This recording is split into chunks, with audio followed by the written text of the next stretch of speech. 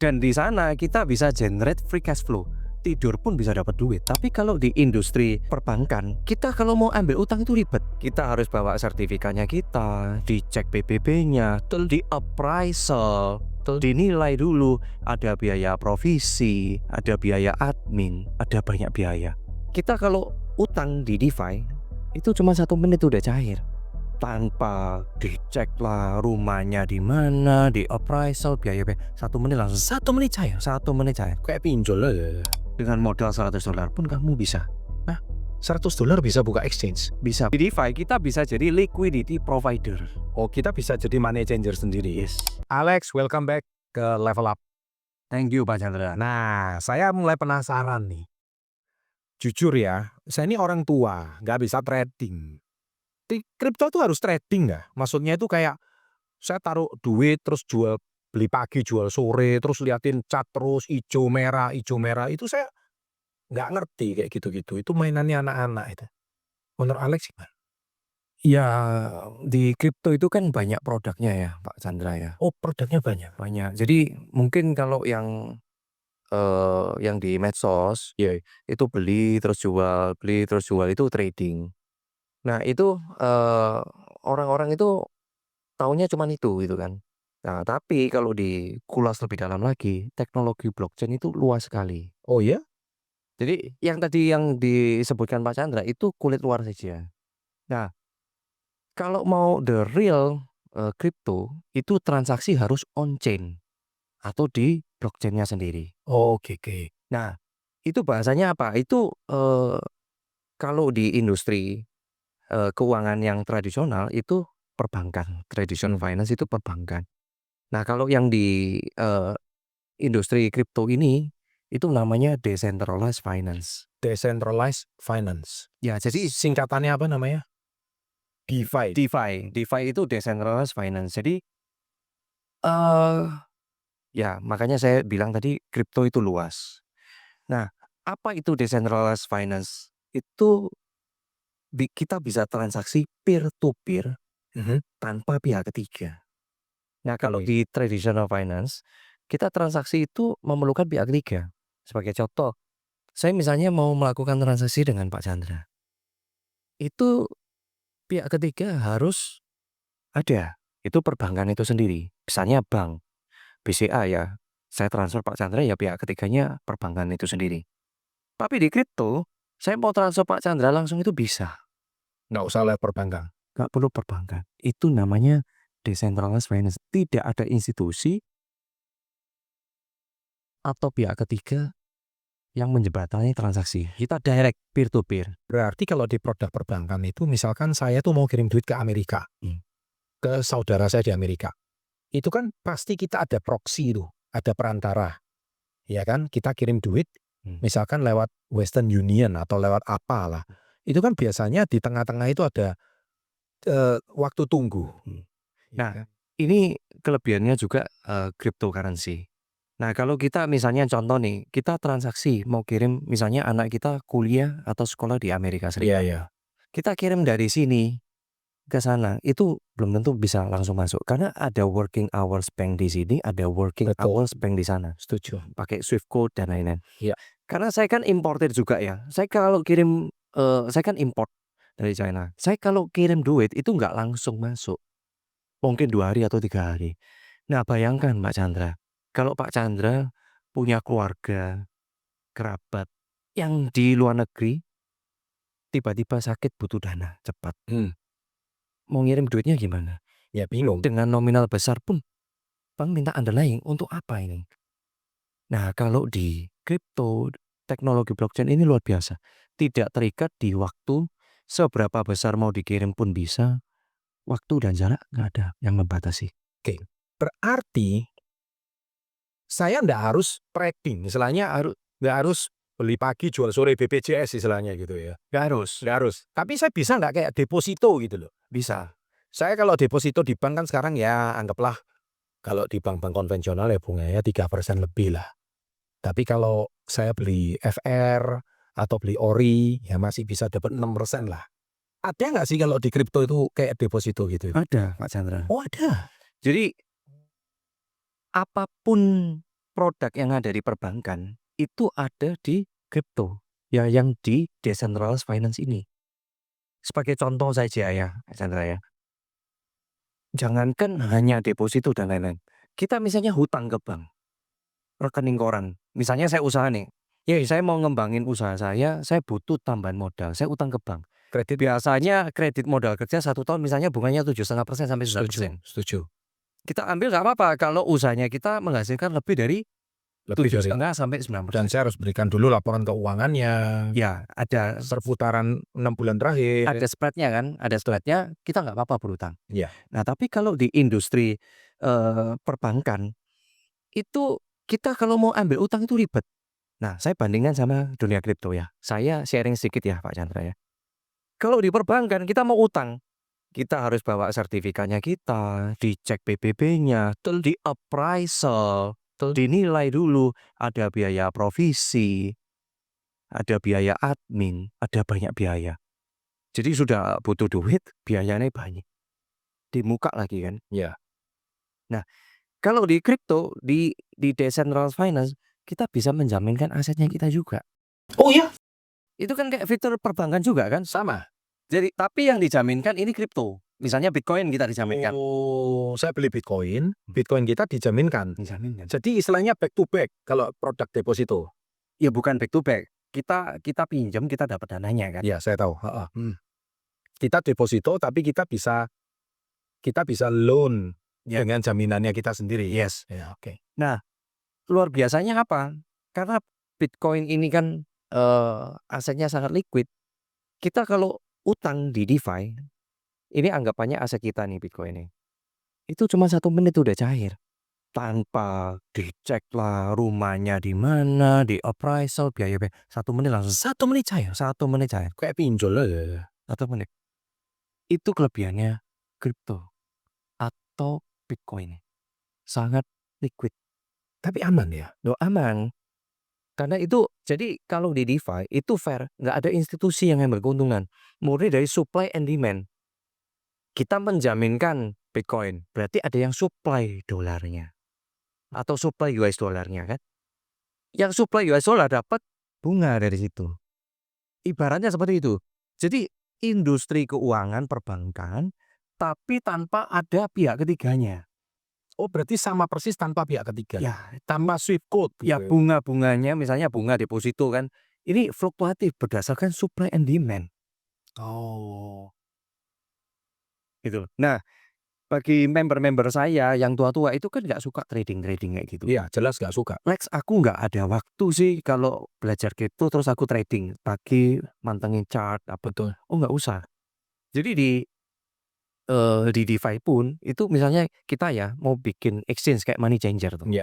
Itu bisa. Nah, di DeFi ada salah satu produk namanya liquidity pool. Nah, di grup komunitas VIP kita bahas ini. Jadi liquidity pool ini apa? Liquidity pool ini seperti kita buka exchange. Kalau kita buka exchange nih kayak yang punyanya Indodax, Thrift, itu kan perlu modal yang dikunci kan 100 miliar denger-denger ya. Iya. Di sini nggak perlu. Dengan modal $100 pun kamu bisa. $100 bisa buka exchange. Bisa buka exchange. Exchange itu di seperti DeFi. apa sih kalau di dunia nyata itu? Jadi exchange kayak Indodax, Thrift dan lain-lain itu dia itu kalau ada nasabah transaksi jual atau beli aset kripto, mereka dapat fee transaksi. Itu Oh. untungnya mereka. Berarti kayak money changer. Kayak money changer. Oh, Nah, di DeFi kita bisa jadi liquidity provider. Oh, kita bisa jadi money changer sendiri. Yes. Dan di sana kita bisa generate free cash flow. Tidur pun bisa dapat duit. Oh iya, itu berarti ada alternatif sumber pemasukan lagi. Yes. Dari mana logikanya sumber pemasukannya? Ya kan orang yang bertransaksi di blockchain, Pakai money changer-nya kita. yes, anggapannya pakai di dalam lingkaran pool dan pair-nya kita, Oke. itu akan kita sebagai liquidity provider itu akan dapat fee. Oh, berarti kita punya money changer di sana, terus Yes. mereka transaksi lewat money changer saya, Yes. saya dapat fee money changer tersebut. Jadi ibaratnya gini, satu dunia yang bertransaksi itu fee-nya akan dibagi yang pembuka money changer yang ada di dalam. Kondisinya. Nah, ini rata-rata orang yang main kripto yang jual beli long short atau beli perdagangan di spot di exchange itu nggak paham ini. Karena sebenarnya the real crypto ini ya yang transaksi on chain. Nah, kalau kalian transaksi Dan nggak usah fisik. nggak usah fisik. Jadi saya mau Australia dollar misalkan, saya mau tuker ke euro, itu ada kayak gitu? Ya, enggak, yang diperdagangkan kripto. Misalnya Oh, Solaris. saya pegang kripto apa gitu. Yes, yes. Nah, terus satu lagi yang saya paling benci sama kripto itu ya, kripto ini kan harganya kadang naik, terus besoknya bisa turun. Lah kan saya jantungan ini. Makanya saya lebih baik taruh deposito. Saya dengar kripto ini duitnya ini terlalu terbang sana, terbang sini. Wah, ngeri ini lihat kripto ini. Ya karena Pak Chandra belum paham. Kalau Pak Chandra udah paham yang tadi saya jelaskan secara fundamental. Karena gini, kalau kita ngomong deh, kita kalau pegang Bitcoin itu selama 4 tahun tidak ada satu orang pun di dunia ini yang rugi. Nggak ada. Karena apa? Secara historical, ini by data ya. Kita ngomong by data bukan bukan katanya Alex gitu kan. Karena kan saya kan basicnya dari pengusaha, saya masuk ke sini juga harus konservatif karena saya cari duitnya nggak gampang. Jualan makanan kucing itu untungnya cuma 50.000 satu sak, 20.000 satu sak. Jadi saya juga harus hati-hati. Ya secara fundamental itu mengatakan begitu dan secara historical mengatakan begitu. Tidak ada satu orang pun yang pegang Bitcoin selama 4 tahun itu rugi. Nah, nggak ada. Berarti artinya yang saya dengar Bitcoin ini kayak zero sum game. Ada yang menang, ada yang kalah gitu. Nah, itu salah. Oh, itu salah ya. Kalau transaksi dua arah, perdagangan futures memang zero sum game. Ada yang untung, ada yang rugi. Tapi kalau di Bitcoin namanya positive sum game. Positif. Karena naik terus. Tapi kemarin sempat 2M, harus sekarang turun lagi 1,5M. Gimana itu? Makanya statement saya kan Pak Chandra coba didengarkan lagi. Tidak ada satu orang pun yang pegang Bitcoin selama 4 tahun rugi. 4 tahun rugi. Berarti dia 4 tahun jangan dijual lah ya, istilahnya gitu. Ya, coba sebutkan siapa yang rugi pegang. Secara historical aja dipegang. Secara grafik deh. 4 tahun ada nggak? Beli dimanapun gitu kan. Terus 4 tahun setelah dia pembelian, rugi nggak? Nggak ada. Yang rugi itu kalau beli di 2M, dijual di 1,5M. Itu rugi. Karena nggak tahun ya. Kalau orang kripto ngomongnya conviction ya. Ya itu conviction itu keyakinan. Kalau kita sudah yakin Bitcoin akan naik terus ya pegang aja. Kita misalnya beli 2M. 4 tahun lagi setelah kamu beli akan lebih dari 2M kok. Oke. Itu bukan Alex yang bilang, tapi secara historical data. Nah, gini. Berarti kalau saya itu simpen emas di brankas. Ya, emas kan juga naik gila-gilaan nih. Saya sendiri kalau sahabat SB30 yang lama, saya membuat 3 cara menabung tahun 2015. Itu kan saya waktu itu emas masih harga 300.000 nih. Sekarang emas 2,5. Ya kan, sampai 2,6. Nah, saya nanya sama Alex nih, kenapa kok saya harus Bitcoin lagi? Padahal emas ini kan kenaikannya juga luar biasa. Ya diversifikasi saja toh Pak Chandra. Kalau saya sih emas terlalu old school ya. Karena saya juga ngikutin grafiknya emas. Emas itu kalau bear market juga panjang tuh. Coba dibuka grafiknya tahun 1980 sampai 2000. 20 tahun itu stagnan. Terus tahun 2011-an kan juga cukup stagnan ya, agak lama. Terus ini baru terakhir naik. Jadi kalau menurut saya emas juga bagus. Tapi ya kita diversifikasi sih. Tidak ada salahnya diversifikasi. Nah, tapi kalau saya sih lebih seneng di kripto karena mainannya bukan kita beli Bitcoin, naik kita jual enggak. Oke. Karena Pak Chandra kalau tahu juga ada orang Amerika, bule Amerika ini. Dia pegang Bitcoin, Bitcoinnya nggak pernah dijual. Karena Bitcoinnya asetnya naik terus secara nilai, dia untuk biaya hidup utang. Wow. Jadi misal sama dengan perbankan, misalnya nih, ruko kita di Gartoy, tuh misalnya appraisal rukonya 10 miliar, bank kasih 70%, misalnya 7 miliar. Rukonya kita besok 20 miliar, kita bisa nambah utang lagi. Sama dengan Bitcoin. Saat Bitcoin naik, ya kan? Segitunya ya. Sampai dia berani istilahnya pakai kartu kredit atau pinjaman online untuk biaya hidupnya. Bukan kayak gitu. Jadi Kan utang nanti ngomongnya. Bitcoinnya digadaikan di DeFi. Dijaminkan di DeFi dia dapat dolar. Nah, jadi cuan mana sih kalau saya deposito di perbankan sama deposito di kripto itu? Mana lebih cuan? Kita nggak usah ngomong di depositonya di kripto aja. Kita nggak usah ngapa-ngapain, aset kriptonya kita dibandingkan sama deposito. Dari tahun berapa nih misalnya Pak Chandra taruhnya dari tahun 2015. Deposito bunga berbunga deh. 2015 sampai 2026. Sama Bitcoin tahun 2015 uang yang sama. Jadinya berapa? Ya, Bitcoin udah naik berapa puluh ribu %. Oke. Intinya semua produk konvensional finance, tradisional perbankan, itu ada semua di kripto. Ada semua. Ada nggak yang di tradisional perbankan nggak ada, tapi di kripto ada? Supaya lebih canggih lagi. Kan katanya Itu ya. Jadi kalau ya kelebihannya apa? Satu, kan dia nggak ada pihak ketiga. Jadi transaksinya lebih cepat, borderless, seluruh dunia real time ya. real time. Nggak ada cut off jam 3 sore atau jam 4. Terus kita kalau mau ngutang nggak usah nunggu bank buka, langsung utang aja. Oh, I see. Oke. Ya kan? Gini Lex, saya ini pengen belajar lebih dalam sama Alex. Karena Alex kayaknya cukup memahami bahasa om-om kayak saya ini. Ya makanya ini saya saya menganalogikan semudah mungkin bahasanya, nggak pakai bahasa bahasa anak kripto. Karena kalau saya bicara Bingung saya. anak kripto, orang-orang yang agak senior Gen umurnya X sama baby boomer nggak marahi. Nggak ngerti. intinya di kripto itu potensinya lebih besar daripada traditional finance dan yield-nya bisa lebih besar kalau tahu ilmunya. Nah, saya bisa bantu teman-teman para pengusaha yang pengen diversifikasi dan mau belajar, saya bisa bantu. Oke. Dan karena beberapa member saya rata-rata pengusaha dan omsetnya juga gede-gede, ada yang batu bara, ada yang punya perusahaan outsource, itu juga udah sudah bisa cetak dolar. Jadi mereka bisa tidur, pool-nya mereka printing money, setiap hari mereka yang capture sendiri ke dalam grup kita.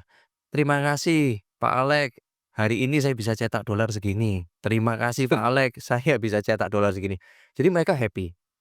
Jadi mereka nggak usah sibuk pantengin chart, trading long short nggak perlu. Oke. Ya udah.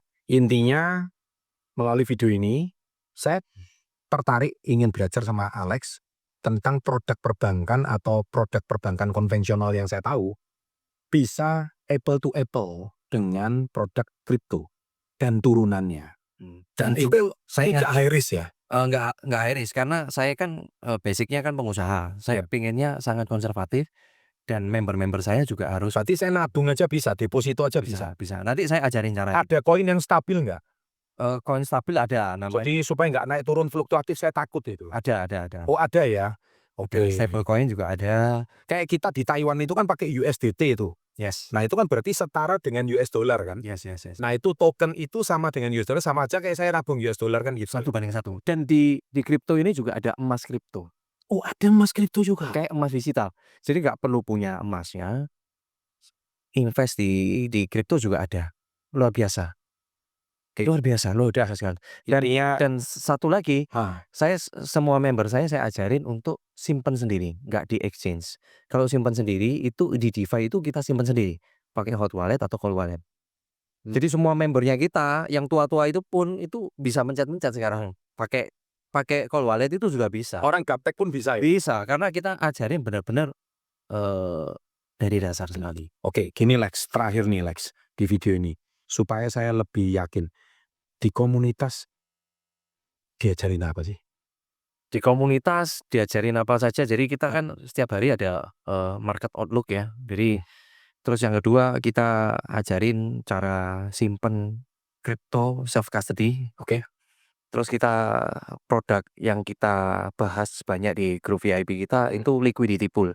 Liquidity pool itu apa? Ya kayak buka exchange di DeFi atau ibaratnya money changer lah. Money changer, exchange atau money changer di dalam DeFi dan making money. Setiap orang transaksi making money. Lex, banyak nih anak-anak muda ini. Nunjukkan saya uang 1 juta jadi 100 juta. Saya kerja kayak gini tiba-tiba langsung beli Lamborghini. Ini kok saya ngeri ya sama anak-anak muda ini.